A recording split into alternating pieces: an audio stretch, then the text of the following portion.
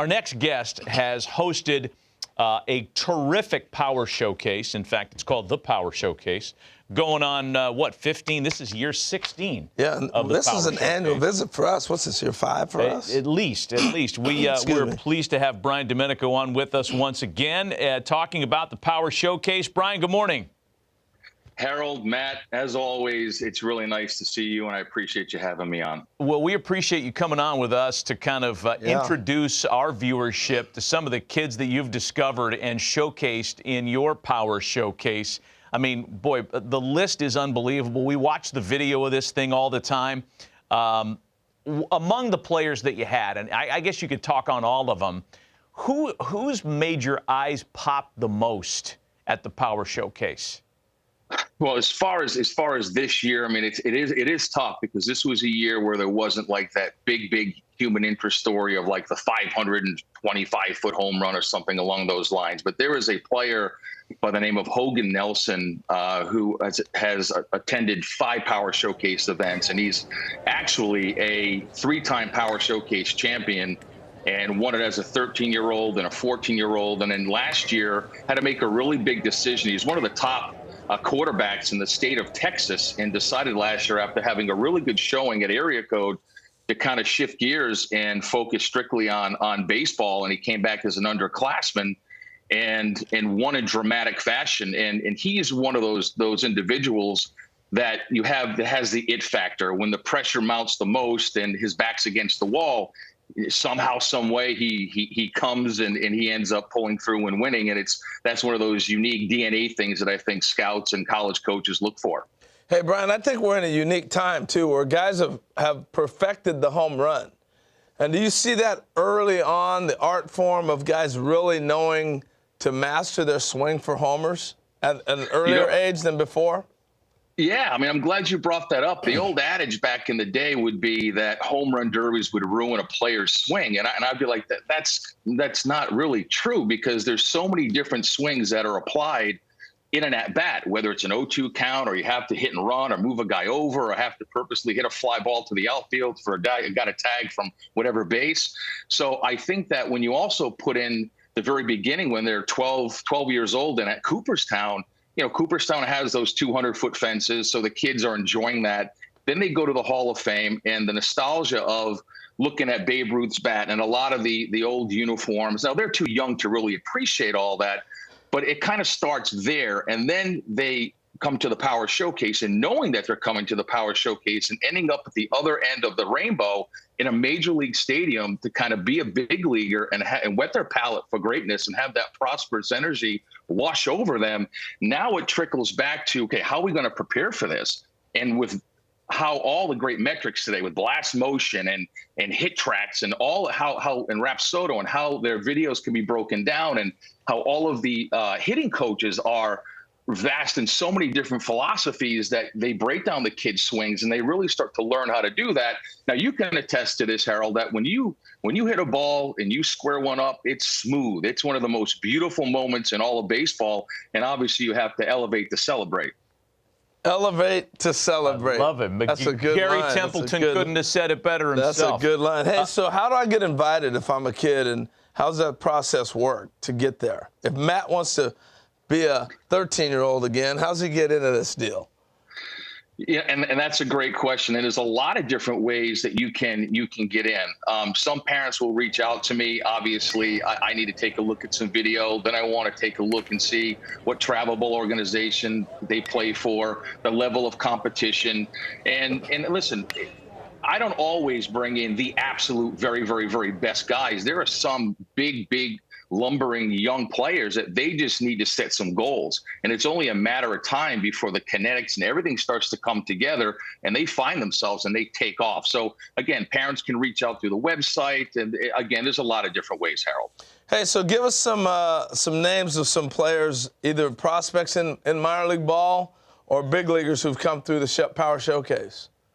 Well, I think the most noticeable one was Bryce Harper, obviously. And then you had, Tristan Costas, who's now the starting first baseman for the Boston Red Sox. And when he did the Power Showcase, he hit 5 500-foot home runs, which was really incredible. And then it was Blaze Jordan that you and I had talked about many times. And then he won the junior Major League Home Run Derby. There was a young man by the name of David Denson that hit a 515-foot home run off the Jumbotron. That was back in 2012. Daniel Vogelback. I mean, there's countless guys in the big leagues. Tell us about this DiMaggio Lonero. Oh, DiMaggio Lonero, leaving nothing to the imagination. A very, very cool story. So his grandfather was an Italian immigrant. And so when he got to New York, just fell in love with baseball and obviously the New York Yankees. And when he had his son, which is DiMaggio's father, his name was Bill. When Bill grew up, he obviously was a diehard Yankee fan. So he decided to name his son DiMaggio. And his father was like, well, listen, that's kind of a tough name to live up to. And what's ironic is that DiMaggio actually told his father, and he knew about the event because two of his buddies did the event a couple of years ago, a player named Drew Repepe, who actually was a two-time Power Showcase world champion. He told his father, he's like, I'm gonna go down and I'm gonna win it. And I think he put out some incredible numbers, 468 feet with his longest home run. And he has tremendous raw power. And like I said earlier, just scratching the surface and his potential. And I think he did Joe DiMaggio pretty proud, for sure. Yeah, I would say these kids are breaking my back looking at these videos. Italians, baby. You like Italians. I understand they also named the family dog Yogi. Is that right? Man, that's right. Living a Yankee dream there. Yeah. I want to ask you about, because there's a couple of 12U and 13U kids that popped as well. And I don't know, for me, the younger they get with the power, I mean, it makes you marvel at the command and the bat to ball skills when the kid's 12 years old. Great point. I think that some kids gravitate towards enhancing their baseball DNA and looking for that next big stage to have to compete upon, like IJ Garza you just saw. That's Tyler Cerruti. That's Sebastian Carthace, who actually won Week 9's Home Run Derby in Cooperstown. Austin Brown, who is a 14-year-old, Harold and Matt, that hit a 479-foot home run. Wow. Here it is right here. He hits it, and it goes off the back of the loanDepot sign. Check this out. Looks like Corey Hart. Beautiful, easy swing. Yep. Beautiful, easy swing. Oh, man, it's unbelievable. That is amazing. Now, one more guy, if I can here, is a 6'8" power hitter from Tennessee named Braden Turnage, and I did a little research. I think he's 16 or 17 years old. 6'8". And I did a little digging, and I wanted to find out, okay, who in today's game, position player wise, are the top guys as far as height. You had O'Neal Cruz, the shortstop with the Pirates, and then you have Aaron Judge, who plays outfield. But I wanted to dig a little deeper and find out who was the tallest major leaguer to ever play first base. And it was Tony Clark. I guess he's the executive director of the Major League Baseball Players Association, had 251 home runs and a 15-year career. But, 6'8", and he's an incredible basketball player, and he's also an ascending pitcher on the mound. Wow. That's scary. He looked like Richie Sexton. That's a good. I thought he looked like George Mirasan. Yeah, that's good, too. NBA player. Hey, Brian, we appreciate the visit as always. Congrats on another successful run on the Power Showcase. I know that kids love participating in your event. You had it a few weeks ago, and for folks that are interested, it's on the website. We have the information on the screen. Brian, we appreciate the visit. Happy holidays to you and your family. Always. Thanks, guys.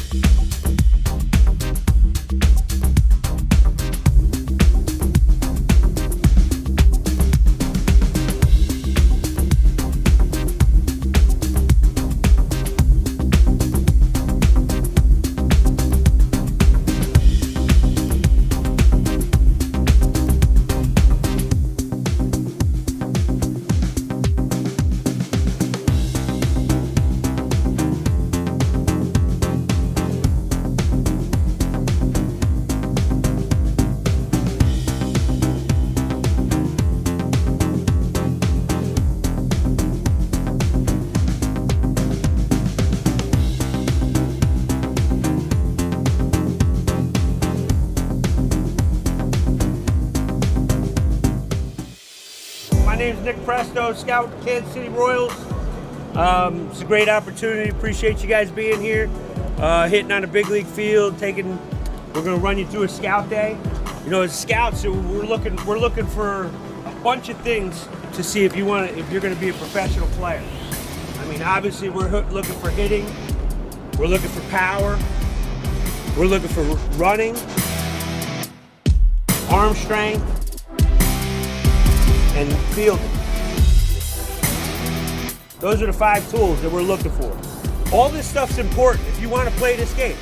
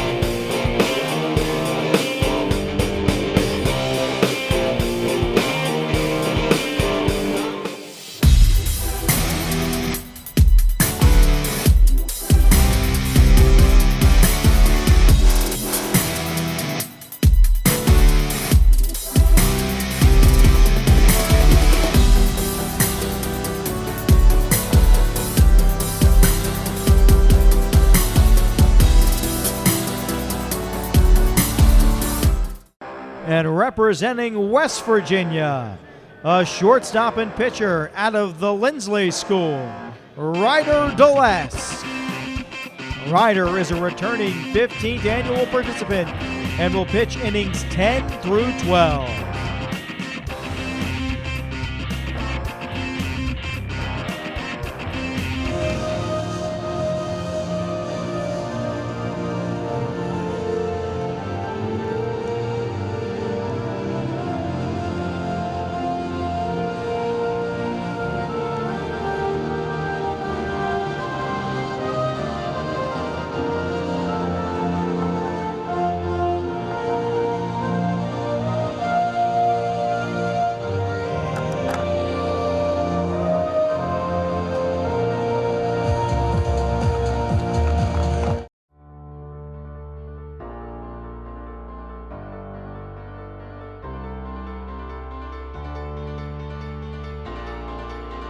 And now, ladies and gentlemen, stepping in, representing West Virginia, here is Rhyder Dlesk.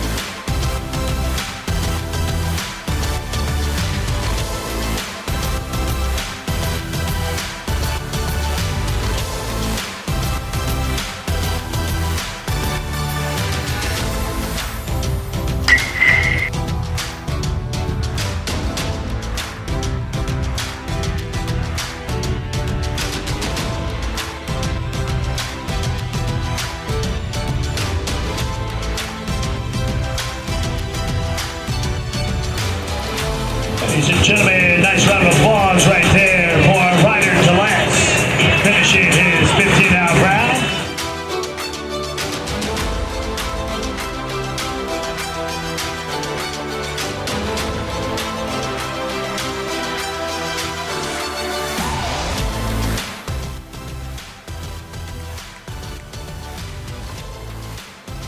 Oh, good pitch. Locked him up. First down on the strikeout. See what Rhyder does here. Checks the runner at third. Comes to the plate. Ball's cued in no man's land. Caught by the pitcher. Rhyder Dlesk, excellent job of fielding his position. Dlesk comes set to the plate. Oh, big swing and a miss. Center goes down on strikes. Excellent job of limiting the damage. Rhyder Dlesk